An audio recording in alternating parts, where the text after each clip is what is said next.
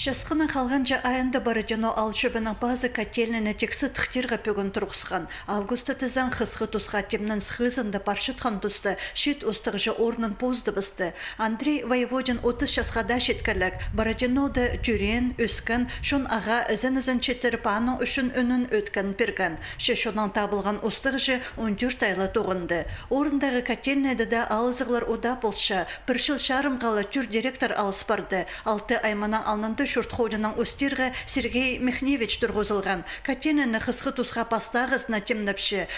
Баграт районда Бородино алды, анда котельный, улух котельный, мындық эффективный, прибыльный емес котельный.